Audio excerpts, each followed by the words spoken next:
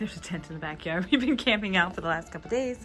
Here is an update on everything. This tray I have never labeled, but I think this looks like lettuce or cabbage back here. And then I just threw some seeds in here and I forgot to label that too. So it's kind of the way it is around here. A lot of our herbs are starting to look really nice and they're getting taller. They will probably get a lot bigger, but it is cooler right now and I didn't put them on heat mats. So it is what it is. I'm actually interested in trying soil blocking because I hear that can actually help them grow a little bit better and a little bit faster just because of the nature of soil blocking. And this first one, if I'm not mistaken, let me see, I thought that was lemon.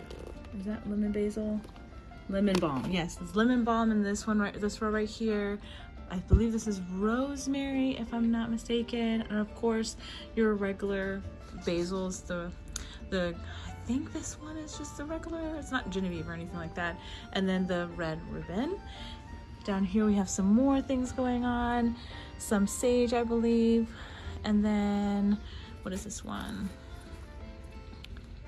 And then that one's rosemary. So not one at the top is not rosemary. What is this one? Let me see. Oh, that one's oregano.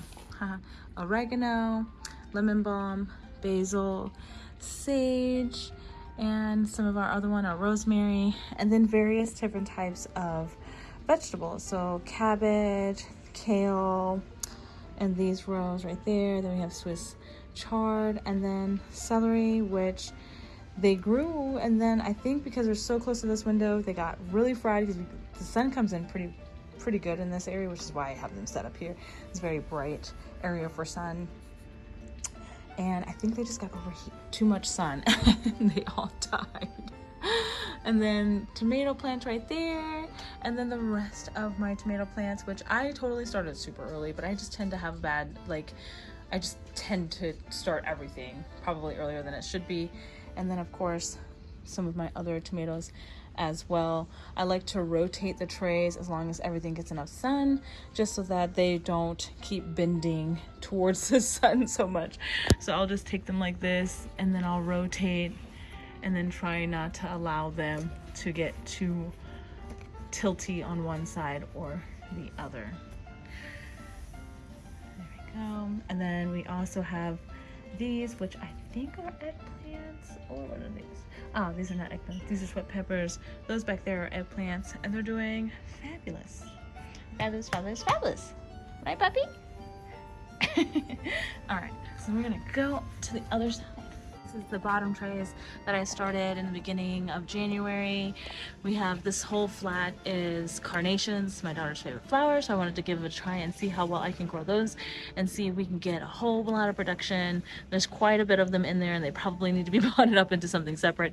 You can see them stretching. I don't know if the stretching is a good idea or not, or a good thing, but I'm gonna have to pot them up into something else.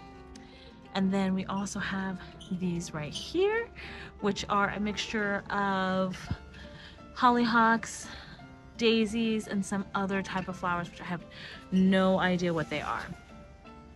And then we have the rest of the crops that I did from the other side that are over here, including some sweet William flowers in the back and lettuce as well. Okay, and then these are the things that I started with. The seeds that I soaked, the seed soaking video, they are super tall and I have to switch this around again. I like to turn them a little bit just so that, see if I can turn it with one hand. Turn them around just so that they can get as much light too. And as I said, they all tend to start turning in that direction of the light, and I just don't want them to have that natural, I want them to try and grow as straight as possible. So I don't have two lights on here, which would probably be better. And the fact that they're also hanging a little off of the edge, having an actual designated lighting system would be really nice, but it is not something I am interested in doing at this time, just because I don't do a whole lot of seed starting and I'm not selling anything. This is just to put a lot of stuff in our landscape and grow from seed, because it's just a lot of fun trying to do that. And then this next section are the Lisianthus seeds that I just put in 2 days ago. They haven't germinated yet. It's supposed to take about 10 to 15 days. They're on the heat mat. They're staying as moist as I can possibly keep them. I do lift the lid every once in a while, a couple of times a day, just so that they don't get too hot under there. My garage is not heated or cooled or anything. I mean, it's probably more cool than anything right now since it's not super hot outside. I come out here and lift them up because they say you want to keep it at about 70 to 75 degrees. And it's probably about 40, 50 in here. I don't know what the humidity level is. I don't check it. It doesn't feel super humid. I'm pretty used to how humid it gets just because I live in Virginia Beach area, and it can get pretty high with humidity. We can get up to 90s when it's the warm season, but right now I don't think it's super humid at this time. And like I said, it's a garage. It's very dark. It's chilly out here. It's been in the 40s, 50s, and we had a couple of actual really warm days in the 70s. But it doesn't, when it does get that hot, I usually turn off the heat mat because the heat mat can range between 70 and 80 something degrees as far as I can remember from when it says on the instruction set. It's literally on the mat itself. I don't have a gauge or anything to control the temperature, but that's okay. It's not necessary. I'm not trying to be that technical. I like just going in here, roughing it out, seeing seeing some of the things I like to grow, and then putting them in these pots and see what happens. So let's hope that we get something. I started these extremely late. I probably should have started these December, maybe January, but it is now February 11th or 12th, I think. And yeah, so I should have probably did these according to the package. It was 150, well, 140 to 165 days based on the variety. And the first one I have Corelli, which I think I pronounced that wrong in one of my other videos. It's Corelli, and then I also have the Voyage 2. These are one of the first ones. I guess like they have like a number on them, like F1, F2, and each company may have their own variation of that numbering system on what grows, first.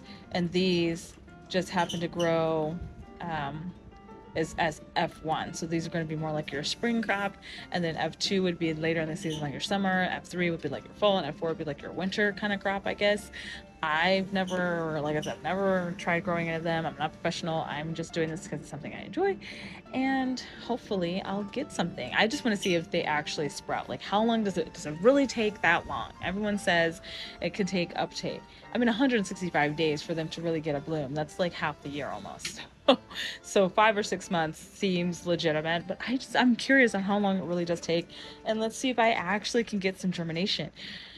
So hopefully we'll see something. I did these 2 or 3 days ago. I think it was 2 days ago. I think it was Friday or Saturday. Today's Sunday, so yeah, I think it was Friday.